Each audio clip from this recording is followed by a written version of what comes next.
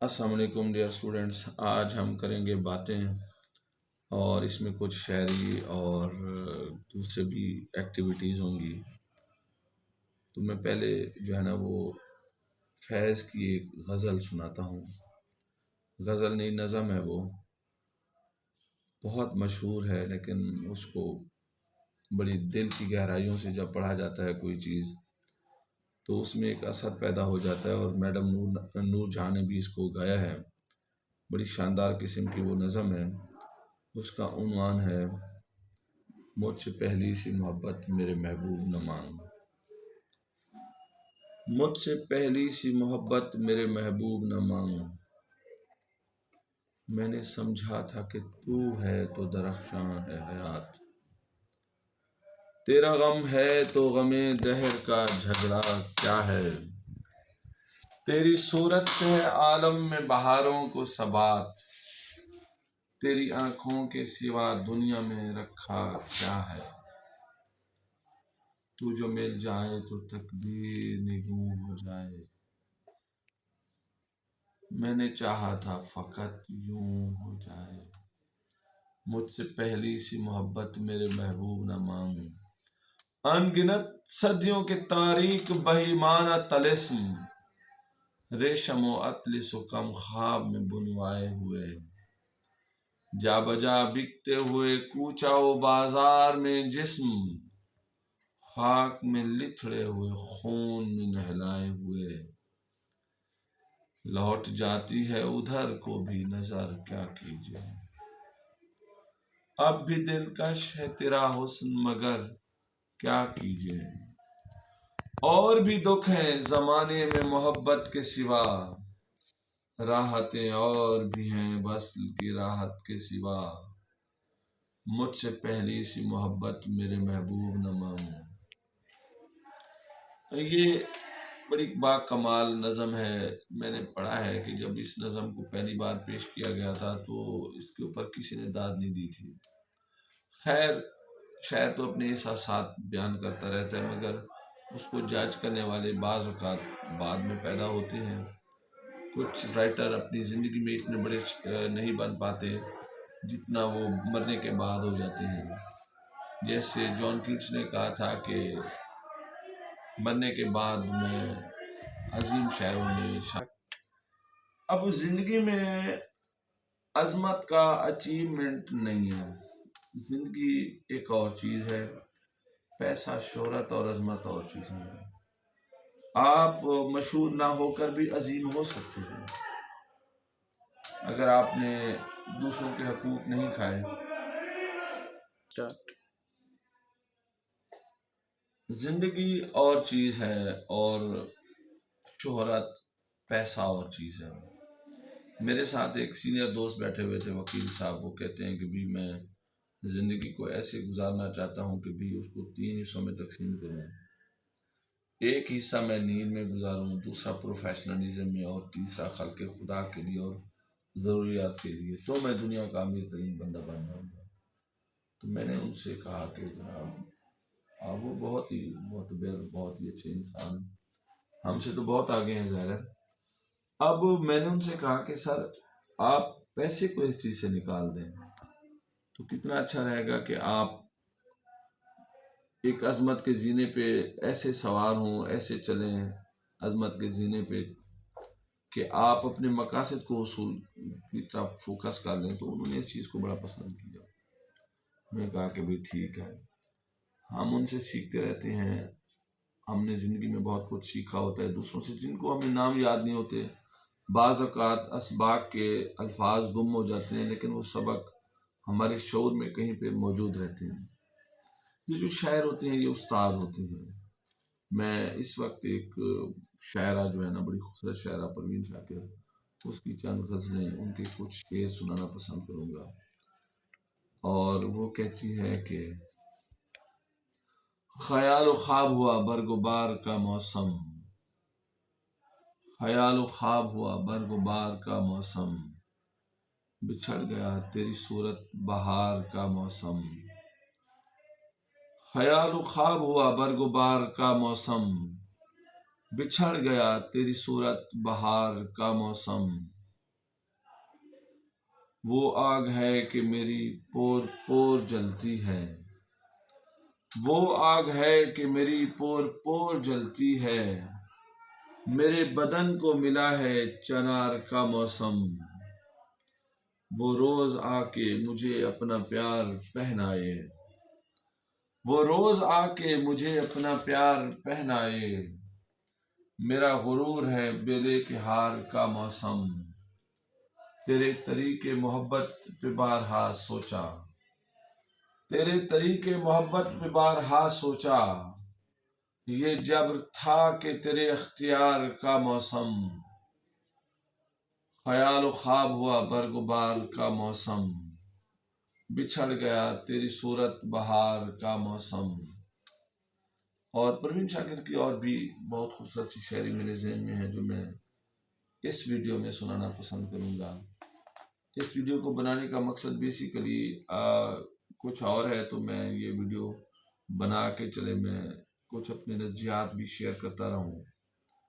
پروین شاکر کہتی ہے کہ دھنک دھنک میری پوروں کے خواب کر دے گا، دھنک دھنک میری پوروں کے خواب کر دے گا، وہ لمس میرے بدن کو گلاب کر دے گا، دھنک دھنک میری پوروں کے خواب کر دے گا، وہ لمس میرے بدن کو گلاب کر دے گا، قبائے جسم کے ہر تار سے گزرتا ہوا، قبائے جسم کے ہر تار سے گزرتا ہوا، کرن کا پیار مجھے آفتاب کر دے گا، میں سچ کہوں گی مگر پھر بھی ہار جاؤں گی، میں سچ کہوں گی مگر پھر بھی ہار جاؤں گی، وہ جھوٹ بولے گا اور لاجواب کر دے گا، انا پرست ہے اتنا کہ بات سے پہلے، انا پرست ہے اتنا کہ بات سے پہلے،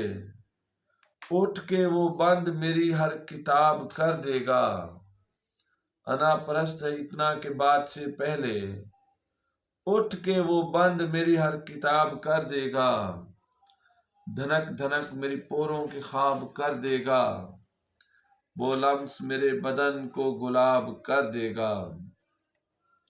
تو پروین شاکر بہت ہی خوبصورت احساسات کی شاعر ہے، اور میں یہ کہتا ہوں کہ اگر زبان کا ڈیفرنس یعنی لنگول ڈیفرنس ہٹا دیں، یعنی الفاظ کی قید، سنٹیکس کی قید، یہ جو ایک زبان سے دوسری زبان میں جانا ہے، ٹرانسلیشن کی قید سے نکل جائیں، تو پروین شاکر اور جان کیٹس کا ذائقہ نظموں کا ایک ہی ہے۔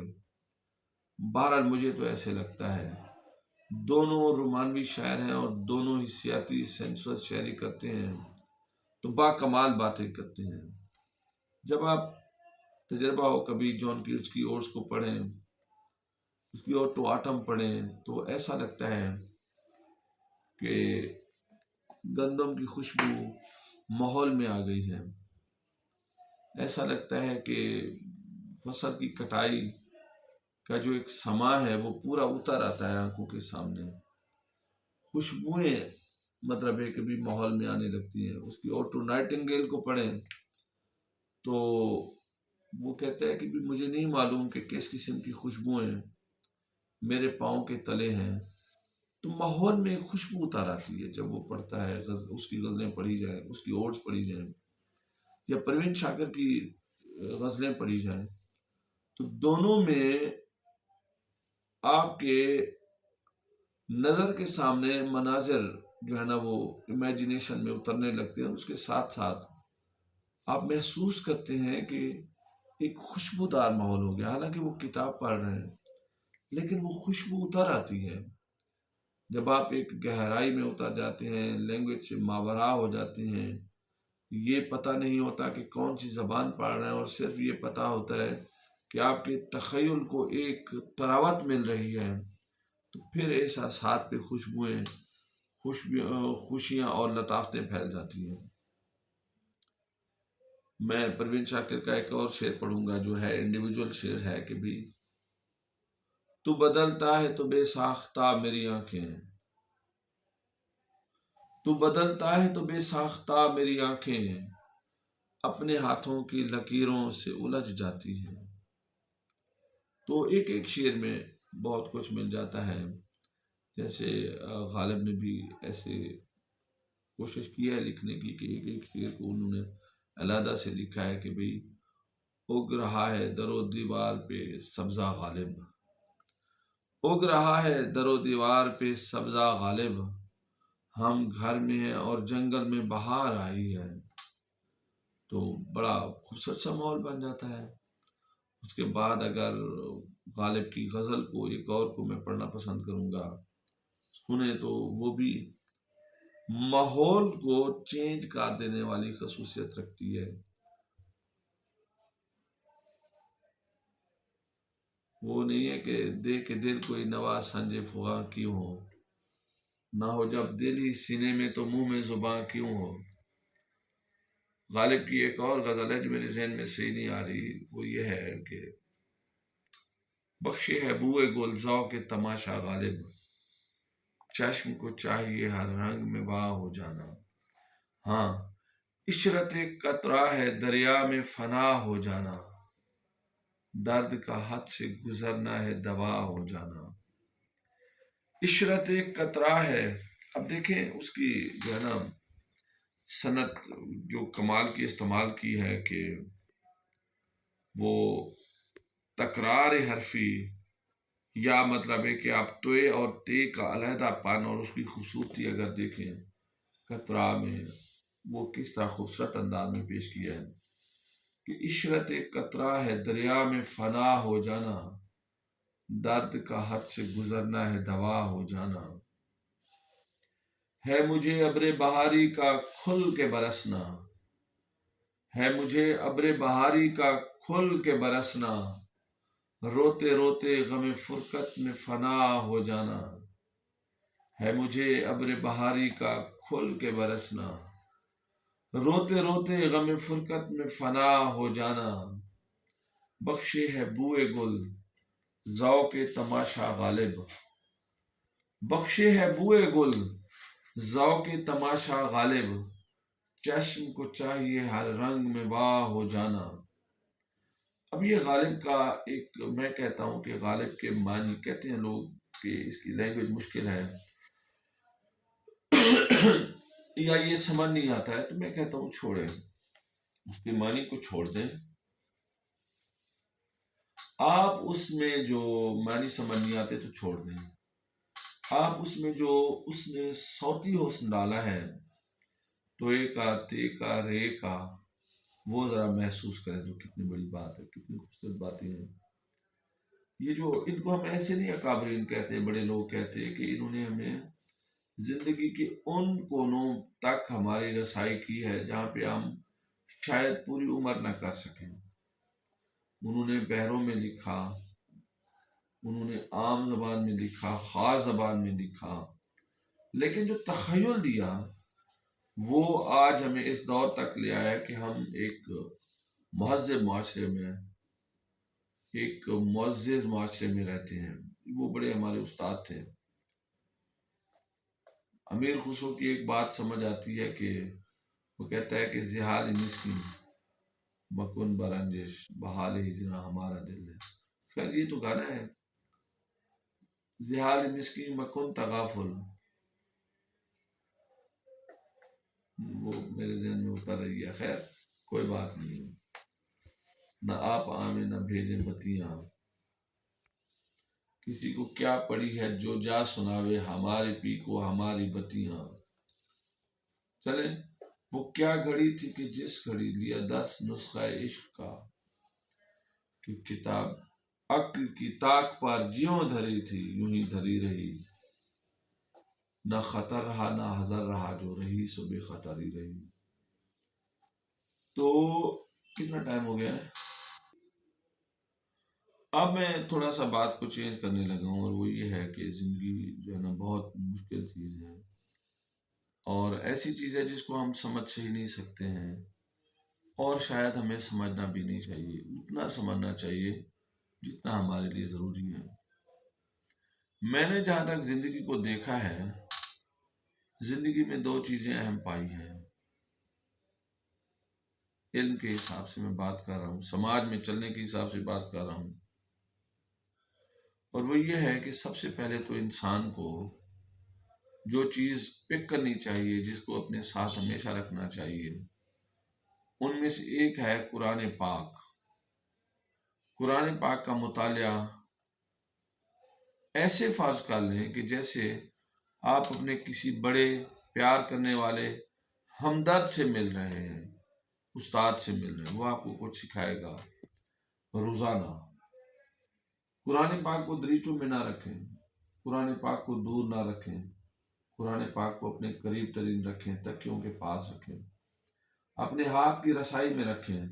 جب بھی ہاتھ بڑھائیں اس کو اٹھا لیں اور اس کو پڑھیں، پھر اپنی زندگی میں آپ کو احساس ہوگا کہ ہم نے کتنی بڑی نعمت کو پا لی ہے۔ وہ آپ کو روزانہ پیار کرے گا، باتیں سمجھائے گا، رشتوں کا احترام سکھائے گا، زمانے کا لین دین کبھی سکھائے گا، کبھی ڈائریکٹ اللہ کی مطلب ہے کہ بھی احساس دلائے گا کہ وہ آپ کے پاس ہے، کبھی وہ اس کے نبی کی باتیں بتائے گا، کبھی وہ ماضی میں لے جا کے ہمیں جو ہے نا تاریخ کے دریچے کھولے گا، تو کبھی آسمانوں میں بیٹھ کے علم فلکیات کے کچھ نقطے سمجھائے گا۔ لیکن جو بھی ہوگا وہ آپ کے لیے بہتر ہوگا، کیونکہ جب بھی آپ قرآن پاک کو اٹھائیں گے، قرآن پاک ایک ویرائٹی، تنوع، اپنے ایک مختلف پن کے ساتھ آپ کو نئی بات بتائے گا۔ کبھی وہ رشتوں کا احترام، کبھی حسن لین دین، کبھی معاشرت کے اصول۔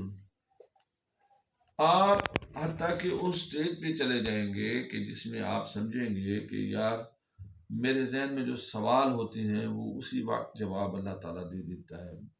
اور جب ایسا تعلق بننے لگے تو سمجھ جائے کہ اللہ تعالیٰ کو اب آپ سے ایک گہرا پیار ہونے لگا ہے۔ ویسے تو اللہ تعالیٰ پیار کرتے ہی ہے، لیکن اب پیار کا زاویہ بدل رہا ہے۔ اب اللہ تعالیٰ آپ کی سوچ کو اتنا وسیع کر رہا ہے کہ وہ اب آپ کو اپنی باتیں سمجھانے لگ گئے۔ اس کی میں یہ تو نہیں کہوں گا کہ غیب کی باتیں آپ کو سمجھ آ جائیں گی، ایسا نہیں ہوتا ہے، کیونکہ اللہ تعالیٰ غیب کا مالک کل ہے، اور اس کے بعد وہ جس کو جتنا چاہے اتنا تو سمجھا ہی سکتا ہے، اتنا تو ہمیں بھی پتہ ہے۔ تو پھر قرآن پاک آپ کو سب سے بڑی بات یہ ہے کہ گمراہ نہیں ہونے دے گا، یعنی آپ کا راہ گم نہیں ہوگا۔ آپ اللہ تعالیٰ کے ساتھ ایسے معاہدے میں آ جائیں گے، ایسے رابطے، رشتے، ناطے میں آ جائیں گے کہ آپ برائی سے کوسوں دور ہو جائیں گے۔ آپ کو پتہ چلے گا کہ یار مجھ سے اب غلطیاں کم ہوتی ہیں۔ ایک چیز جو ہے قرآن پاک، جیسے میں نے کہا، اور دوسری بات ہے جو ہے شاید کچھ دوستوں کو آکورڈ لگے، بری لگے، لیکن میرا تجربہ یہ ہے کہ وہی بات ہی ٹھیک ہے، کیونکہ ہر بندے کو زندگی علیحدہ 10 سبق دیتی ہے۔ میں نے جو لیسن لیا ہے کہ قرآن پاک سب سے اہم ہے، اس کے بعد ہے سماج میں تو انگریزی اہم ہے۔ انگلش کو سیکھیں، انگلش اس لیے نہیں کہ یہ انگریزوں کی زبان ہے، جدید کپڑوں کی زبان ہے، یا فلاں سبجیکٹ ہے، نہیں، انگلش کو ایز لینگویج لیں۔ جیسے ہم پیدا ہوا میں سریکی فیملی میں، تھوڑا بڑا ہوا تو ساتھ ہمارے پنجابی تھے، پنجابی بولی، وہ بھی ہماری بولی ہے، ساری زبانیں اللہ کی ہیں۔ اب پنجابی بھی ساتھ مکس ہو گئی، پھر پٹھانوں سے بھی واسطہ پڑتا تھا تو وہ پشتو بولتے تھے۔ اب یہ 3 زبانیں، پھر اس کے بعد ہمیں مطلب ہے کہ قرآن پاک پڑھنے کے لیے ڈال دیا گیا، تو چوتھی زبان ہماری عربی ہو گئی۔ اب ہم اس کو روزانہ پڑھتے تھے، اور اس کا فائدہ یہ ہوا کہ ہماری بنیاد اردو کی مضبوط ہوتی چلی گئی۔ اب یہ 4-5 زبانیں مکس ہو گئی۔ اس کے بعد جب ہم سکول میں داخل ہوئے تو اردو تو ویسے ہی مطلب ہے کہ بھی ہمیں مل گئی تھی۔ اب کتنی زبانیں ہو گئی؟ سریکی، پنجابی، پشتو، عربی، اردو، اور اس کے بعد جا کے ہم جب 6 میں گئے تو 6 میں جانے سے پہلے ان دنوں پہلے رواج نہیں تھا، تو مطلب ہے کہ بھئی 5ویں میں نے ABC پڑھی انگلش کی۔ میرے والد صاحب ایک چھوٹا سا قاعدہ لائے تھے، تو میں بڑا حیران تھا کہ ہمارے الف کی ایک ٹانگ ہے اور انگلش کے الف کی 2 ٹانگیں، اور درمیان میں بھی کچھ پھنسا ہوا ہے۔ It was the difference that I came across. تو پھر انگریزی بھی اس میں شامل ہو گئی.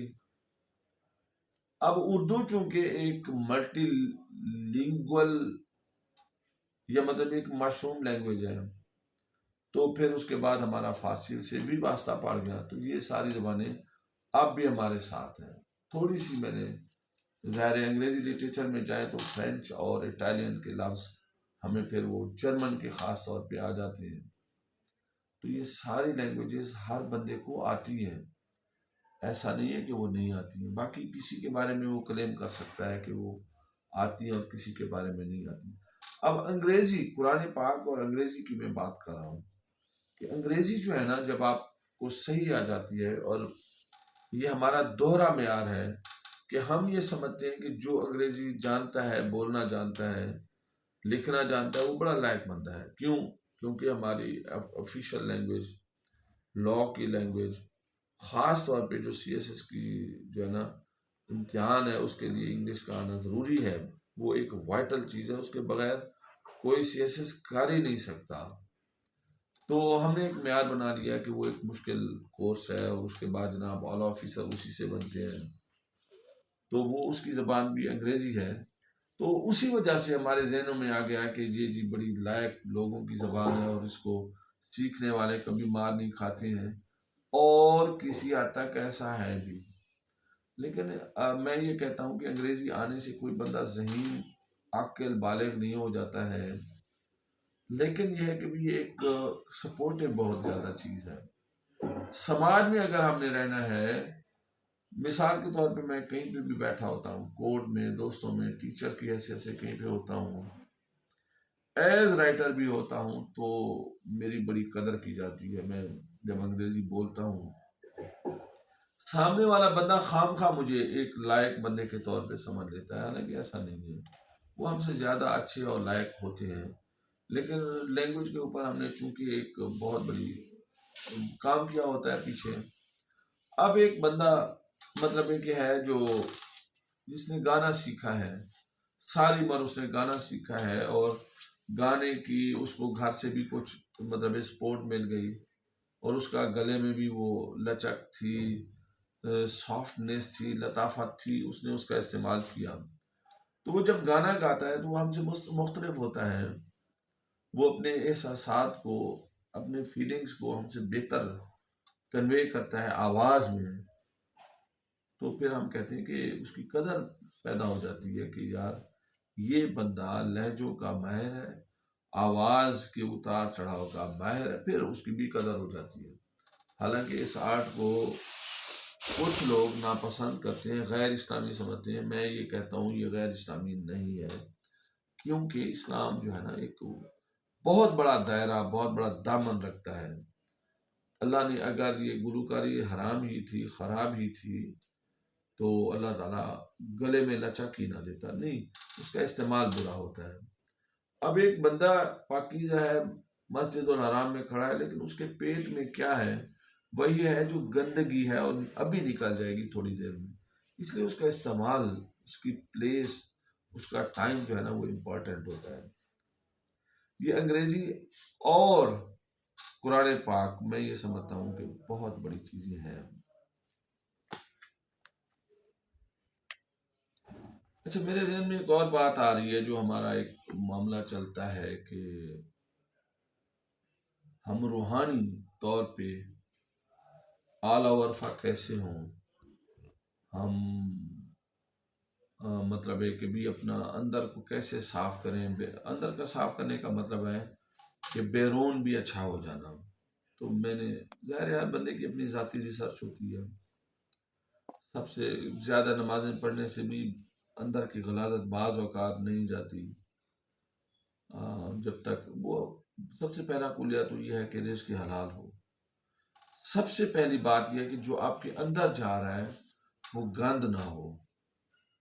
اب ہم ہوٹل پہ بیٹھے تھے تو ایک بندے نے کہا کہ جناب، دوستوں میں باتیں ہوئی کہ بھی کیا حلال ہے کیا حرام ہے. تو پھر اس میں جناب یہ کتے کا گوشت کھلا دیتے ہیں، گدھے کا گوشت کھلا دیتے ہیں، حرام جانوروں کا گوشت کھلا دیتے ہیں. تو پھر میں نے ایک بات کی، میں نے کہا کہ دیکھیں یارو، کتے کا گوشت تو حرام ہے، بلے کتے جو بھی حرام جانور ہے ان کا گوشت حرام ہے، لیکن جو بندہ کسی دوسرے بندے کا حق مار کے، رشوت لے کے، حرام خوری کر کے، دوسرے کی جائیداد پہ قبضہ کر کے، دوسرے کی زندگی کی خوشیوں کو چوری کر کے، ڈاکہ ڈال کے پیسہ کماتا ہے تاکہ اپنی زندگی میں خوشیوں کا اضافہ کرے، اور وہ ہوٹل پہ جاتا ہے اور جا کے اپنے پورے خاندان کو بکرا ہلال کھلاتا ہے، تو وہ اصل میں وہ بھی کتا کھا رہا ہے، وہ بھی سور کھا رہا ہے، وہ بھی خون پی رہا ہے، وہ بھی بلے کا گوشت کھا رہا ہے، کیونکہ اس کا رزق حرام تھا۔ تو پیسے، ہم یہ کہتے ہیں کہ یہ نوٹ ہے، یہ تو حلال یا حرام نہیں ہے، نہیں، وہی ڈٹرمائن کرتا ہے کہ ہمارے اندر کیا پیدا ہوگا۔ ایک بندے کا کھانا پینا حرام ہے، اس کا خون حرام بنے گا، اس کی سوچ حرام بنے گی، اور وہ جتنی بھی نمازیں پڑھتا رہے، جب اندر ہی اس نے ایک تھیلے میں ہم نے گندگی ڈال رکھی ہے تو ہم اس میں سے چینی کیسے نکالیں گے؟ یہ چھوٹی سی باتیں ہیں کہ پہلی شرط جو ہے وہ رزق حلال ہے۔ جب انسان کے اندر رزق حلال جاتا ہے تو پھر آٹومیٹکلی رشتوں کا احترام، ماں بہن کا احترام، سماج کی قدروں کا احترام ہمارے اندر آنا شروع ہو جاتا ہے۔ پھر ہم خام خواہ اچھے لوگ، کیونکہ سب سے مشکل کام رزق حلال کھانا ہے۔ رزق حلال چند مثالوں کے علاوہ وافر ہوتا ہی نہیں ہے۔ تو جو بندہ اتنی احتیاط کرے کہ رزق حلال کھائے، تکلیف میں وقت گزارے لیکن رزق حلال کھائے، بچوں کی کیئر کرے اور انہیں بہت فکر کرے کہ میں نے انہیں رزق حلال دینا ہے، تو وہ ولایت کے رستے پر ایک مسافر ضرور ہوتا ہے کم از کم۔ اب آگے کی بات، رزق حلال تو مین چیز ہے، اس کے بعد یہ ہے کہ ہم نے اگر اپنے آپ کو اندر صاف کرنا ہے تو کیسے کریں گے؟ میرے ذہن میں کچھ باتیں ہیں جو میں نے جن کا تجربہ بھی کیا ہے، میں نے اپنے اسٹوڈنٹس کو، دوستوں کو بھی یہ باتیں بتائی ہیں اور خود بھی کچھ حد تک کیا ہے۔ میں ایک نیک، اچھا، پاک باز انسان بالکل نہیں ہوں، میں ایک عام سا انسان ہوں، میں ایک برا انسان بھی نہیں ہوں، میں ایک اچھا انسان بھی نہیں ہوں، میں ایک اچھائی برائی کے درمیان انسان ہوں۔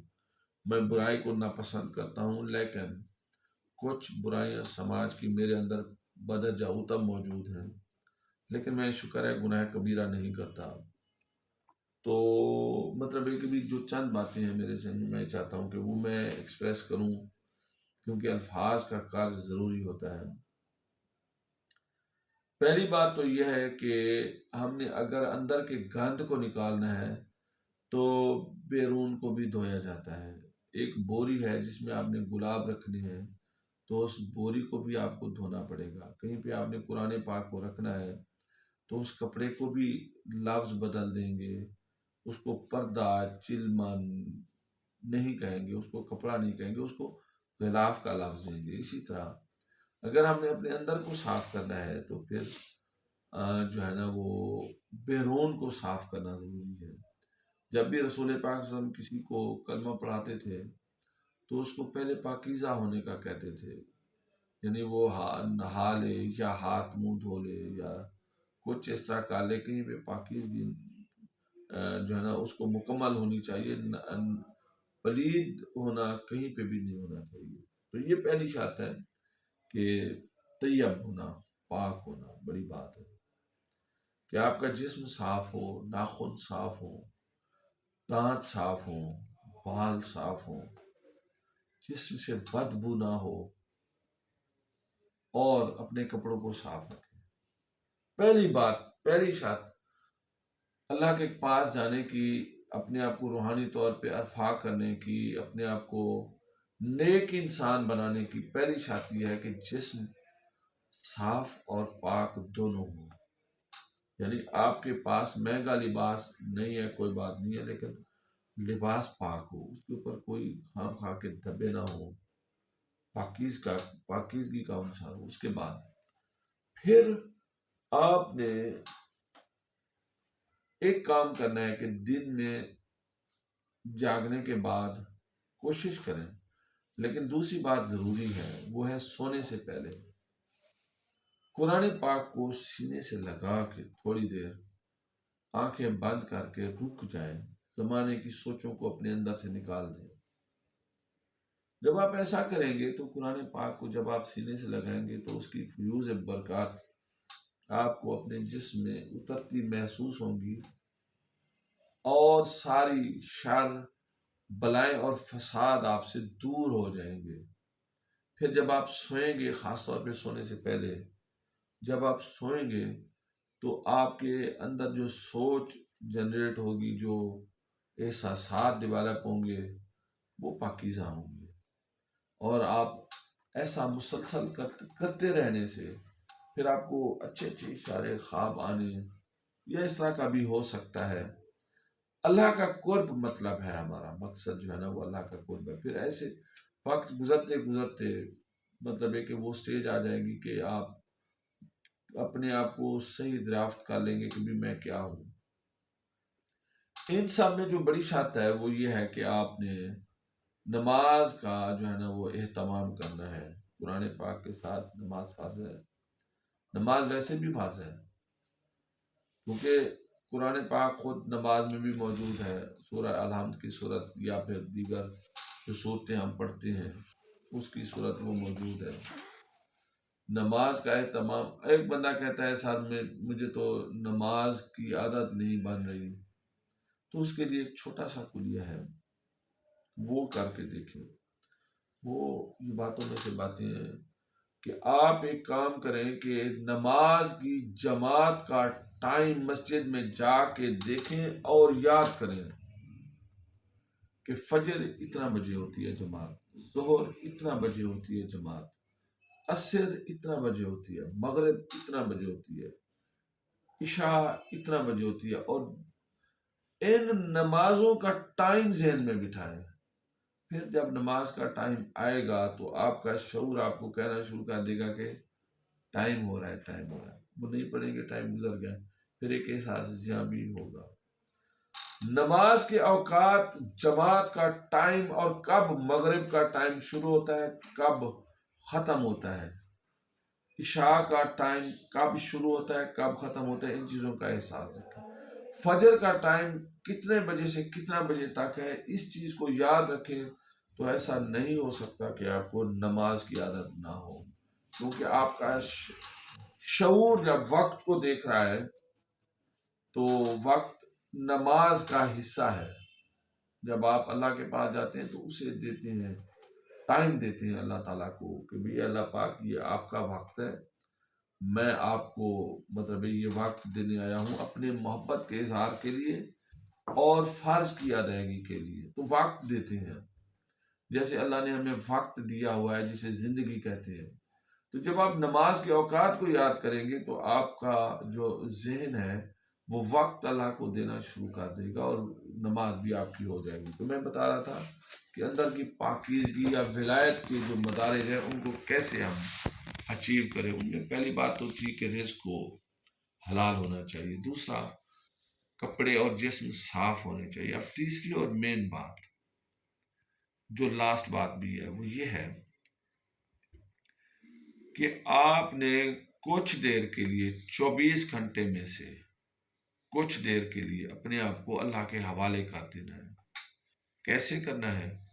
فار ایگزامپل، آپ اپنے آپ سے عہد کریں کہ میں عصر سے مغرب یعنی 1 گھنٹہ، 1.5 گھنٹہ، 2 گھنٹے جو ہے نا، 1 گھنٹہ بھی کافی ہے اس پریکٹس کے لیے، آپ نماز پڑھیں، کوئی بھی نماز، اس کے بعد ذہن میں یہ کہیں کہ اس وقت یہ میرا وجود میرا نہیں ہے، یہ اللہ تعالیٰ کی ملکیت ہے، اس میں کوئی سوچ بری نہ آنے دیں کہ نہیں نہیں نہیں یہ اللہ کا دیا، اب میں اللہ کے حوالے کر چکا ہوں، اب اس میں کسی کے بارے میں برا نہیں سوچوں گا، میں کچھ برا نہیں بولوں گا، یہ اللہ کی ملکیت زبان ہو گئی ہے، یہ وجود اللہ کی ملکیت ہو گیا ہے، میں بری سوچ، کسی غصہ بالکل نہیں آنے دوں گا، میں اس جسم کی حفاظت کروں گا اس کو آسائش دوں گا، اس کو آسانی پیدا کروں گا اس کے لیے، کیونکہ یہ اب اللہ کی امانت ہے۔ اس ٹائم سے لے کر اس ٹائم تک اس زبان پہ میں کوئی برا لفظ نہیں لاؤں گا، دل میں کوئی برا احساس نہیں لاؤں گا، دماغ میں کوئی بری سوچ نہیں لاؤں گا، کپڑوں پہ کوئی برا داغ نہیں آنے دوں گا، جسم پہ کوئی برا مطلب ہے کہ بدبو نہیں آنے دوں گا۔ میں نے کوئی کام ایسا نہیں کرنا ہے کہ جس کی وجہ سے یہ اس وقت میں یہ میرا وجود ہے ہی نہیں، یہ کچھ ایسا ہے کہ جو اللہ کی امانت ہے میرے پاس، میں نے اس کی حفاظت کرنی ہے۔ تو وہ جو گھنٹے کا ٹائم ہوگا وہ کوئی چھوٹا ٹائم نہیں ہوتا ہے۔ آپ نے مسلسل سوچتے رہنا ہے کہ یہ میرے پاس ایک نعمت ہے جو اللہ تعالیٰ کی ملکیت امانت ہے، میں نے اس کی حفاظت کرنی ہے۔ جب وقت گزر جائے تو رب کا شکر ادا کریں اور اگلی نماز کا اہتمام کریں۔ تو جب آپ ایک ہفتہ ایسے کریں گے تو مجھے یقین ہے کہ اللہ تعالیٰ آپ کو وہ جو ملکیت اللہ کی پیدا کرتے ہیں تو اللہ پھر آپ کی اوپر دسترس تو ویسے اس کو ہے، لیکن پھر اللہ تعالیٰ آپ کو اپنی ولایت، دوستی یا مطلب ہے کہ محبت کا کوئی نہ کوئی پیغام دینا بھی شروع کر دیں گے۔ یہ میرے ذاتی تجربات ہیں، ان میں سے کافی دوسرے دوستوں شاگردوں سے شیئر کیے تو انہیں بھی بڑا فائدہ ہوا۔ بلکہ میں تو کہتا ہوں کہ یونیورسٹیوں میں، خاص طور پہ اسکولوں میں، یونیورسٹیوں، کالجز اور اسکولوں میں ایک پیریڈ اس چیز کا بھی ہو کہ سوچ کی طہارت کیسے پیدا کی جائے، سوچ پاکیزہ کیسے کی جائے۔ جب سوچ پاکیزہ کرنے کے لیے اساتذہ کرام ایک باقاعدہ سیشن رکھیں گے، ایک سلیبس مرتب ہوگا، تو وہ بندہ دیانتدار بھی ہوگا، لڑکیوں کی طرف غلط نگاہ، غلط سوچ ایکسٹینڈ کرنے والا بھی نہیں ہوگا، معاملات کی بھی اصلاح کو پوری کوشش کرے گا، وہ ایک مختلف انسان ہوگا۔ اور اسی معاشرے میں مطلب ہے کہ بھی ولی پیدا ہونا شروع ہو جاتے ہیں، اور سوچیں اچھی پازیٹیو، اور اس کے بعد جو ہے نا ریزنیبل سائنٹیفک پیدا ہونا شروع ہو جاتی ہیں۔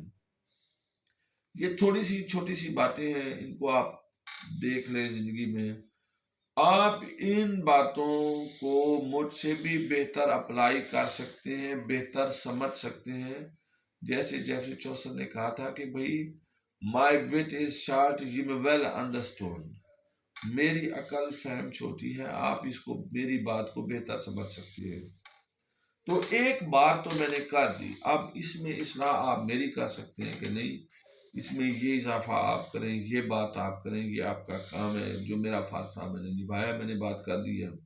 تو یہ وہ مدارج ہیں کہ پہلے تو کوشش کریں کہ رزق حلال کھائیں، دوسرا نماز کے اوقات کو ذہن میں رکھیں، اور تیسرا 24 گھنٹے میں سے 1 گھنٹہ بغیر کسی کو بتائے اپنے آپ کو اللہ کے حوالے کر دیں۔ یہ 3 باتیں ذہن میں رکھیں، اور ان کے ثمرات آپ کے اوپر جب اللہ تعالیٰ کی ایک نعمتوں کی، برکتوں کی، محبتوں کی جو بارش ہوگی، آپ پھر دوسرے لوگوں میں محبتیں، رحمتیں بانٹتے پھریں گے۔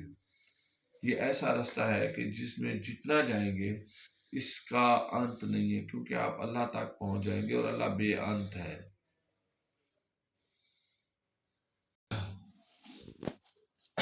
ہاں 1 2 3 کر دیں۔ اچھا پیارے دوستوں، میں ایک چیز اور بھی شیئر کرنا چاہتا ہوں، وہ یہ ہے کہ ہم ساری عمر سوچتے رہتے ہیں کہ ہم ذہین کیسے بنیں۔ تو میرے ذہن میں کچھ آئیڈیاز ہیں، میں اس کے اوپر علیحدہ سے بھی ویڈیو بناؤں گا کہ ذہین کیسے بنے۔ ذہین وہ بندہ ہوتا ہے جو اپنے معاملات زندگی کو بہتر انداز میں چلا رہا ہوتا ہے، وہ دوسروں کو دیکھ کے، دوسرے جب اس کو دیکھتے ہیں تو خوشی محسوس کرتے ہیں، اور وہ زندگی میں ایک نارمل عام انسان ہونے کے ساتھ ساتھ دوسروں کے لیے تحریک کا باعث ہوتا ہے، دوسرے اس کو دیکھ کے زندگی حاصل کرتے ہیں۔ تو ذہین بندہ جو ہے وہ معاملات کو بہتر چلا رہا ہوتا ہے، اور دوسروں کے لیے باعث خوشی بھی ہوتا ہے۔ تو ہر بندہ چاہتا ہے کہ میں ذہین ہو جاؤں. ایک ذہین طالب علم سلیبس کو اچھا سمجھتا ہے، ذہین دکاندار معاملات لین دین کو اچھا سمجھتا ہے، ذہین مسافر رستوں کا صحیح تعین کرتا ہے، ذہین باپ بچوں کی ضروریات کو اچھا سمجھتا ہے، ذہین ماں گھریلو ضروریات کو، ضروری جو چیزیں ہیں، معاملات خانہ ہیں، ان کو بہتر سمجھتی ہے. تو ذہین کا مطلب ہوتا ہے کہ جس کا ذہن جو ہے نا صحیح کام کرتا ہے، لاجک کے تحت کام کرتا ہے. تو ہر بندے کی ایک خواہش ہے کہ میں ذہین بنوں. تو میں نے بھی اس کے اوپر ایک ریسرچ کی ہے، سوچا ہے، تو میں وہ آپ لوگوں سے شیئر کر دیتا ہوں تاکہ ہو سکتا ہے کہ آپ لوگوں کا فائدہ ہو جائے اور میری بھی اصلاح ہو جائے، میں بھی کچھ اور نیا سیکھ جاؤں. ذہین ہمارے ذہن کی طاقت کو بڑھانے کا نام نہیں ہے، ذہن کی طاقت کو صحیح استعمال کرنے کا نام ہے. ذہن جو موجود ہے وہ کم نہیں ہے، اسی کا استعمال کرنا سیکھے تو یہ بڑی بات ہوگی. دیکھیں، ذہین ہونے کے لیے سب سے باتیں پھر سے بھی شروع ہو جاتی ہیں کہ آپ نے ذہن کو سمجھنا ہے کہ یہ ہے کیا چیز. طالب ذہن اگر بیٹھا ہے تو جو نظر آ رہا ہے اس کے ہاتھ، پاؤں، پیٹ، ٹخنے، گھٹنے، سینہ، سر، کان، یہ اصل میں اس کو جب نچوڑ کے کیا جائے تو وہ جو اس کا دماغ ہے وہی بنے گا. یعنی اس کے جسم کا ہر حصہ، پاؤں ہے تو وہ کہیں پہ موجود ہے دماغ میں، اس کے بازو ہیں تو وہ کہیں کہیں پہ دماغ میں موجود ہیں، اس کے کان ہیں تو وہ کہیں نہ کہیں پہ دماغ میں موجود ہیں، اس کی آنکھیں ہیں تو وہ کہیں نہ کہیں دماغ میں موجود ہیں. تو وہ ساری چیزوں کو جب اکٹھا کر دیا جائے تو وہ دماغ بن جاتا ہے. اس لیے ہمیں ہر چیز کو علیحدہ دیکھنا پڑے گا ذہین ہونے کے لیے. سب سے پہلی بات اپنے جسم کی حفاظت کریں، سوچ کی حفاظت کریں اور آگے بڑھنے کی سوچ رکھیں. ذہن یہ ہے. میں جو پہلی چیز سجیسٹ کرتا ہوں وہ یہ ہے کہ آپ کو ہیلتھی ہیبٹس اپنانی چاہیے. ہیلتھی ہیبٹس میں واک کرنا ضروری ہے. روزانہ آپ 1 گھنٹہ 40 منٹ سے 1 گھنٹہ آپ نے ہفتے میں کم سے کم 5 دن یہ ایکسرسائز کرنی ہے اپنے جسم کے مطابق. یعنی آپ نے آؤٹ ڈور ایکٹیویٹی ایسی کرنی ہے جس میں آپ خاموش ہوں، فون کا استعمال منیمائز ہو یا بالکل نہ ہو، اور پھر آپ کشش ثقل کے اگینسٹ چل رہے ہوں. یعنی زمین آپ کو کھینچ رہی ہے، آپ پاؤں سے اسے کھینچ رہے ہیں، اسے دھکا دے رہے ہیں. آپ جاگنگ کریں، آپ ایکسرسائز کریں، آپ آہستہ آہستہ ایکسرسائز کو ہارڈ کرتے جائیں. آپ سینے کی بیٹھ کے ماریں، چھلانگیں ماریں، اور جتنا زیادہ ہو سکتا ہے آپ مطلب ہے کہ بھی ایسولیشن میں چلے جائیں کہ بھی میں اس وقت اکیلا ہوں. آپ کو پسینہ آنا چاہیے. دنیا جہان کی باتیں، رشتوں، لین دین کو چھوڑ دیں کچھ دیر کے لیے اور پھر جسم کو دھچکے دیں، یعنی جیسے بھاگنے کے درمیان ملتے ہیں. یہ آپ نے 40 منٹس تک کرنا ہے اور روزانہ کرنا ہے حتیٰ کہ آپ کو پسینہ آئے. اور جب آپ بھاگیں گے خاص طور پہ تو آپ کی جو پاؤں سے لے کر دماغ کے آخری کونے تک تار ہیں وہ ایسے مطلب ہے کہ جھٹکے مار کے سیدھے ہوں تو وہ پھر مطلب ہے کہ آپ کے اعصاب ٹھیک ہو جاتے ہیں. اس کے بعد آپ نے پہلا کام کرنا ہے، جب آپ ایکسرسائز کر لیں یعنی جسم کو ریلیکس کر لیں، ہاتھ پاؤں کو ریلیکس کر لیں، تو مطلب ہے کہ جو بھی آپ نے ایکٹیویٹیز کی ہیں جسم کو کھچاؤ جہاں پہ آیا اس کو ریلیکس کر لیں.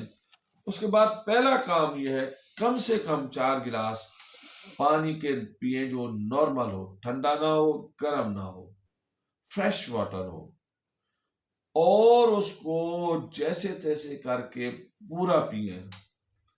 اب وہ جو جسم میں کمی پیدا ہوئی تھی، جسم میں نہیں، وہ جسم دماغ ہے، دماغ میں جو وائٹل چیز کی کمی ہوئی تھی جس کو آپ ہائیڈریشن کہہ لیں یا پانی کہہ لیں، تو وہ پوری کریں، فل اپ کریں. اس میں آپ جوسز بھی پی سکتے ہیں، لیکن میں ریکمینڈ کرتا ہوں کہ ایکسرسائز کے فوراً بعد پانی پئیں، فریش واٹر پئیں۔ وہ دودھ ہے، زمین کا دودھ ہے، جیسے ہم گائے بکریاں دو کے ان کا دودھ نکالتے ہیں، تو فریش واٹر اصل میں ہماری دھرتی ماں کا دودھ ہے، وہ پئیں۔ اس کو پینے کے بعد آپ جوس بھی، یعنی اس پانی کو پینے کے بعد آپ نے کم سے کم آدھا گھنٹہ کوشش کریں کہ کچھ اور نہ کھائیں پیئیں۔ اس کے بعد کچھ اچھے سے ابتدا کر سکتے ہیں، جیسے پھل فروٹ ہے، جوس ہے۔ یہ تو ہو گئی ایک ایکٹیویٹی۔ اس کے بعد مین جو چیز ہے، آپ نے نیند پوری کرنی ہے۔ جلدی جاگیں نہیں، یہ غلط بات ہے، جلدی جاگنا ہے ہی غلط بات۔ اہم بات یہ ہے کہ جلدی سوئیں۔ آپ روزانہ 2 بجے سوتے ہیں اور صبح واک کے لیے، نماز کے لیے کیسے جاگیں گے؟ نہیں، اٹ از ناٹ پاسبل۔ آپ کوشش کریں کہ بھئی اگر آپ 2 بجے سوتے ہیں تو 10 بجے سو جائیں، 9 بجے سو جائیں، 8 بجے سو جائیں۔ جب آپ ایک بندہ 8 بجے سویا ہے، مجھے یہ بتائیں وہ 4 بجے کیسے نہیں جاگے گا؟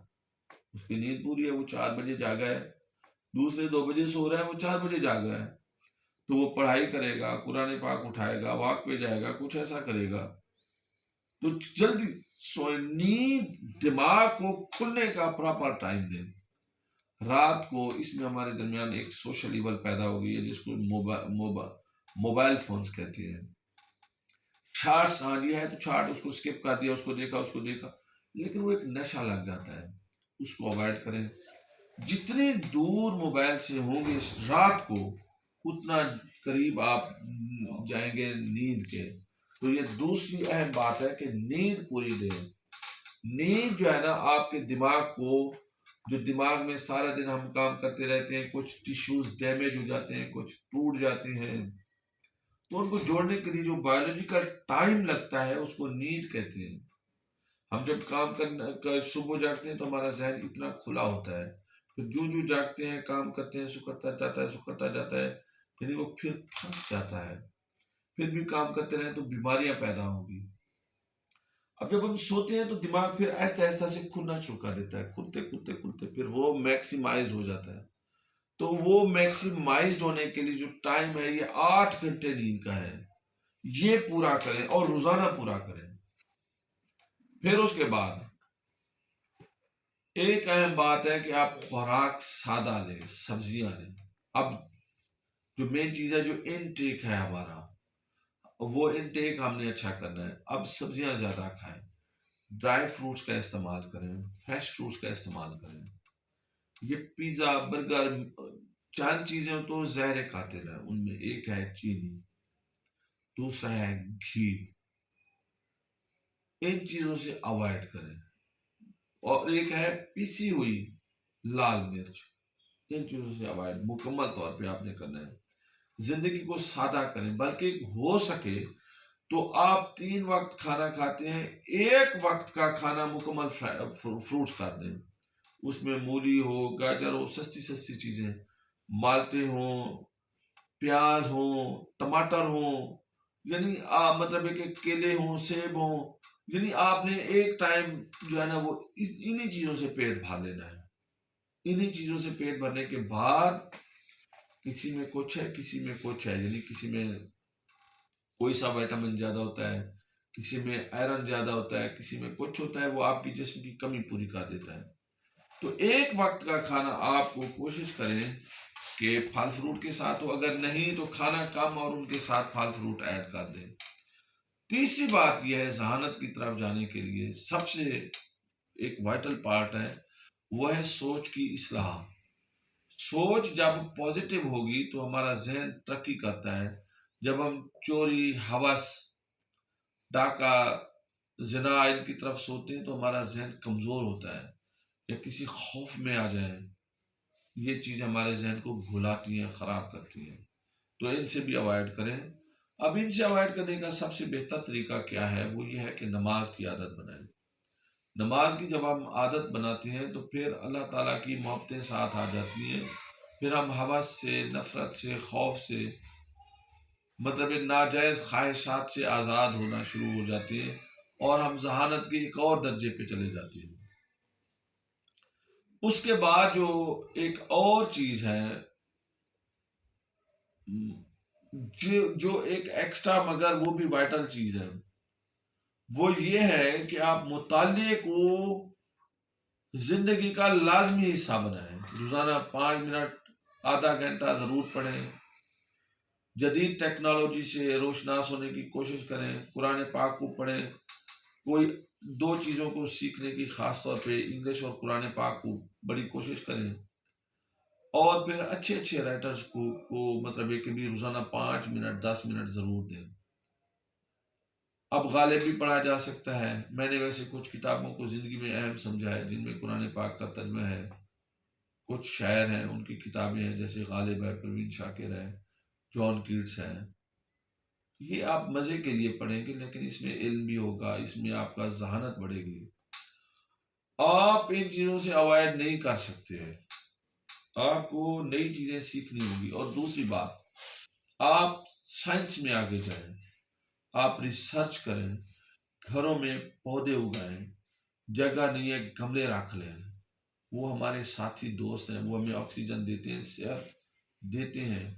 بعض ایسے بھی تقریباً سارے پودے ایسے ہیں جو جراثیم کش ہوتے ہیں، جو ہمارے گرد کی بیماریوں کو، جو کمپلیکسٹیز ہیں ہمارے ماحول میں، ان کو ختم کرتے ہیں۔ ان کا رنگ ہماری آنکھوں کے لیے ٹھیک ہے، ان کی آکسیجن ہماری جلد کے لیے، ہماری سانس کے لیے ٹھیک ہے۔ تو گھروں میں گملے لگائیں، ہر گھر میں کم سے کم 5 گملے ضروری ہیں۔ ان میں آپ پھول بوٹے نہ لگائیں، کوئی ایسی چیز لگائیں جو آپ کے فائدے کی ہو۔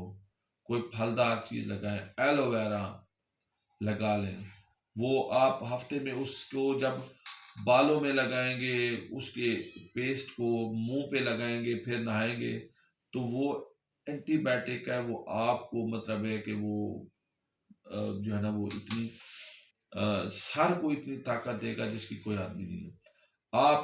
جب آپ نیند کے لیے سوئیں تو سب سے اچھی بات تو یہ ہے کہ نماز کے وضو میں سوئیں۔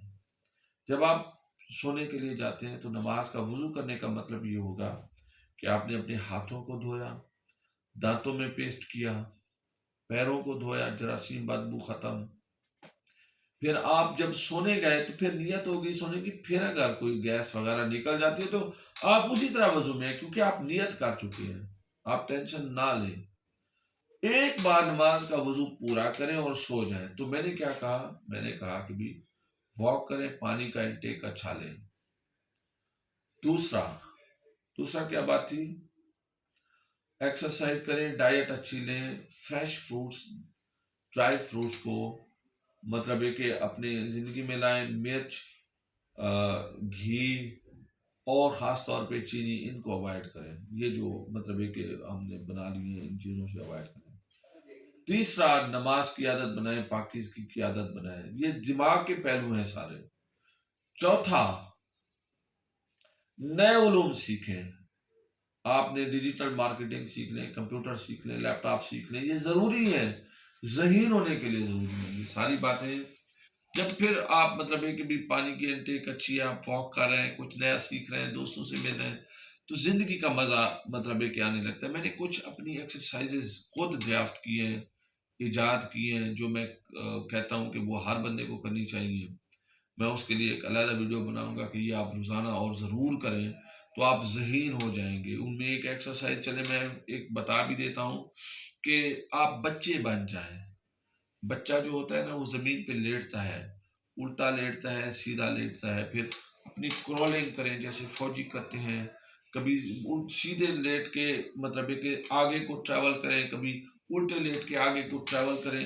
تو یہ جب اگر آپ نے کر لی تو یقین کریں آپ ایک ہفتے میں آپ کا ذہن 4 گنا ہو جائے گا۔ لیکن بات پھر بھی وہی ہے، پہلے نیگیٹو چیزوں کو نکالنا ہوگا، جن میں بری سوچیں ہیں، نماز کی عادت ہو، برا کھانا اندر بالکل نہ لیں۔ میں باسکٹ بال کھیلتا تھا، تو میں نے ایک بار اپنے کوچ سے سوال کیا کہ سر یہ جو امیر لڑکے ہیں یہ بڑے اچھے کھانے کھاتے ہیں، ہم ان کو کمپیٹ نہیں کر سکتے ہیں تو ہم کیسے کریں؟ اس نے مجھے ایک بات کہی، اس نے کہا کہ بیٹا آپ ایک کام کرو، اچھا نہیں کھا سکتے نہ کھاؤ، لیکن برا نہ کھاؤ، برے میں پکوڑے، سموسے، مرغن چیزیں میں نہیں کھاتا، کھا لیتا ہوں کبھی کبھی، لیکن میری پسند، میری عیاشی کیلے، سیب اور خالص دودھ، یہ میری عیاشی ہے۔ میں عیاشی جب کرنے پہ موڈ ہو تو میں ان چیزوں کو تلاش کرتا ہوں۔ اس وقت بھی میرے کمرے میں اخروٹ، کھجور اور موسمی رکھے ہوئے ہیں، یعنی یہ میں ہمیشہ کمروں میں رکھتا ہوں۔ یہ ایسی چیزیں ہیں کہ ان کے چھلکوں سے بھی ایسی باتیں نکلتی ہیں جو آپ کے ماحول پہ اثر ڈالتی ہیں، آپ کے وجود پہ اثر ڈالتی ہیں۔ تو یہ اینٹی بائیوٹکس ہیں، اور مطلب یہ کہ آپ کے جسم کا حصہ ہے، یہ آپ کے باڈی فرینڈلی چیزیں ہیں۔ قرآن پاک کو اپنے قریب ترین رکھیں، اور مطلب یہ کہ بھی اللہ تعالیٰ کو اپنا دوست رکھیں۔ آپ بہت ذہین ہو سکتے ہیں، ہماری قوم میں ٹیلنٹ کی، سوچ کی کمی نہیں ہے، صرف اس میں ڈائریکشن کی کمی ہے۔ سگریٹ میں حیران ہوں، غریب بندہ ہے جی، بڑا غریب بندہ ہے بیچارہ، اس کے پاس کوئی روزگار نہیں ہے، بچوں کی روزی کے لیے پریشان ہے، لیکن وہ روزانہ 500 کی سگریٹ پی رہا ہے۔ اللہ کے بندے، 500 کی سگریٹ پینے سے بہتر ہے 100 روپے کے سیب کھاؤ اور 400 بچوں پہ خرچ کرو، زندگی جیو۔ یہ نیگیٹو سوچوں سے ہم نے بچنا ہے۔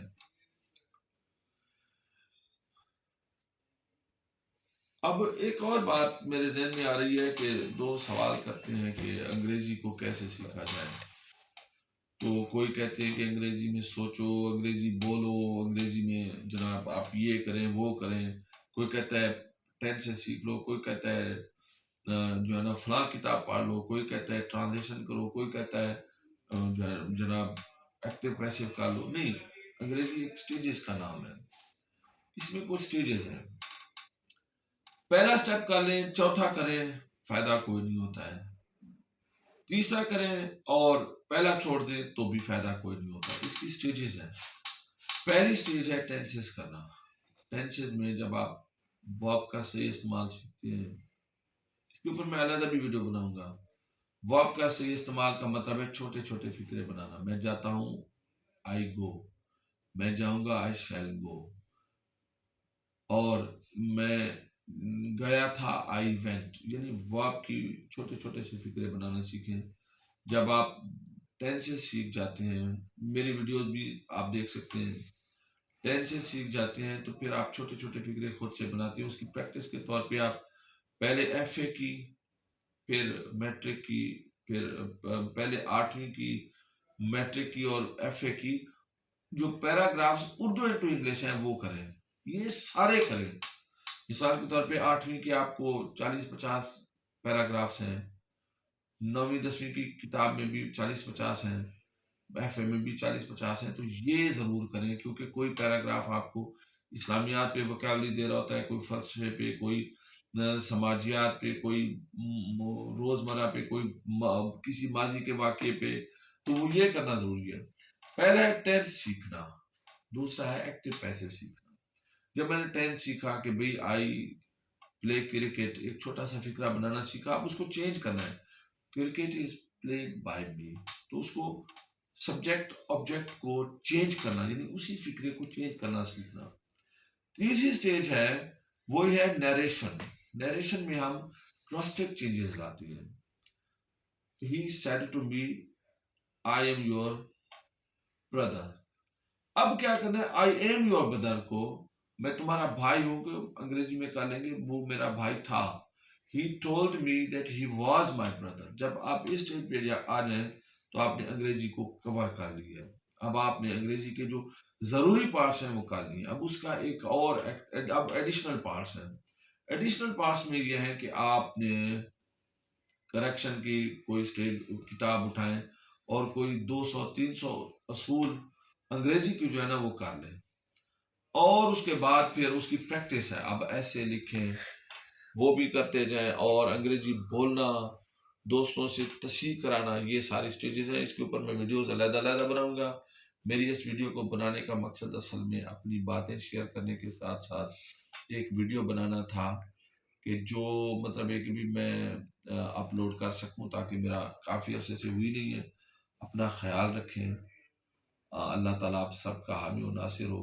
تو آپ نے ہمارے چینل کو لائک کرنا ہے، ہماری ویڈیوز کو لائک کرنا ہے اور چینل کو سبسکرائب کرنا ہے، اور ہمیں رائے بھی دینی ہے کہ کس کے اوپر ویڈیوز بناؤں، کیونکہ یہ ایک ایجوکیشنل پلیٹ فارم ہے.